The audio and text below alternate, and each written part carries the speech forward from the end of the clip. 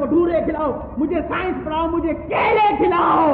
मैंने हमारे सारे केले खा गए, थोड़े से रह गया, अब हम तुम्हें नहीं देगा केले।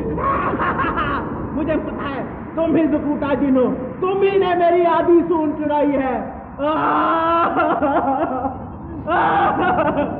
कितनी प्यारी प्यारी थी मेरी ये लंबी लंबी सूंड।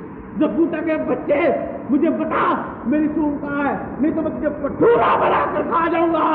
हम जकूटा नहीं है, हमारे पास कोई सूंड झूठ नहीं है तुम्हारा। तो फिर कहाँ है जकूटा? जकूटा असल में ताया अब्बा के भेस में हमारे घर में रहता है। ताया अब्बा? हाँ वही असल में जकूटा है। अच्छा तो बताओ वो कहाँ है, मुझे बताओ, नहीं तो मुझे सैर कराओ, मुझे चिड़ियाघर लेके जाओ, मुझे भटूरे खिलाओ। वो जंगल में शिकार खेल रहा होगा। अच्छा तो अब भी पकड़ के लाता हूँ जकूटा के बच्चे को। सिंगारा!